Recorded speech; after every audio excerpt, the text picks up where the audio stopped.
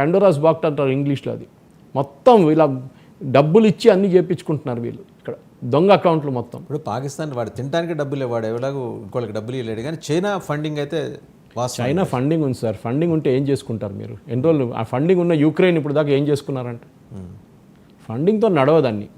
మీకు మనుషులు కావాలి, మిషన్ ఉంటే నడవదు. మిషన్ నడిపించడానికి మనుషులు ఉండాలి. ఇప్పుడు ఏంటి సార్ వాళ్ళు ఇంటర్నేషనల్ సెక్యూరిటీ కౌన్సిల్ ముందు వెళ్ళి మొరబెట్టుకున్నారు, లాహోర్ని ఆక్యుపై చేసుకోవాలని చెప్పి భారత్ ప్రయత్నిస్తుందని చెప్పేసి ముట్టుకుంటున్నారు వాళ్ళు.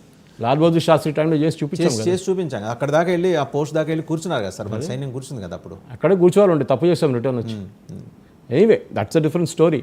కానీ ఇప్పుడు మన లాహోర్ వెళ్ళి మనకు ఈవెన్ పిఓకే వద్దని చెప్తున్నాను. తలకాయ నొప్పి. ఎందుకు ఉన్న కాశ్మీరే మనకు తలకాయ నొప్పి. మళ్ళీ అది తీసుకొస్తే డెమోగ్రఫీ మారిపోతుంది.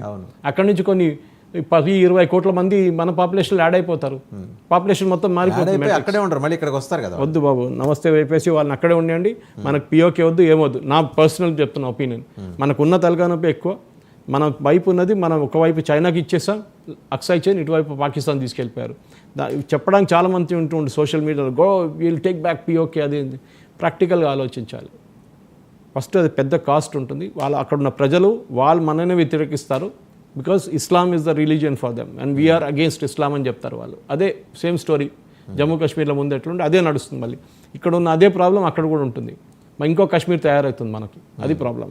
సార్ ఇంకోటి ఫైనల్గా, ఈ వెస్ట్ అండ్ ఈస్ట్ పాకిస్తాన్ కలిపే ప్రయత్నం ఏమన్నా మహమ్మద్ యూనస్ కానీ ఈస్ట్ పాకిస్తాన్కి అసలు వాళ్ళ దగ్గర అడుక్కొని తినడానికి లేకుండా వాళ్ళ దగ్గర కూడా అంతే సంగతిలో ఉన్నారు. వాళ్ళు ఇంకా దరిద్ర పరిస్థితిలో ఉన్నారు.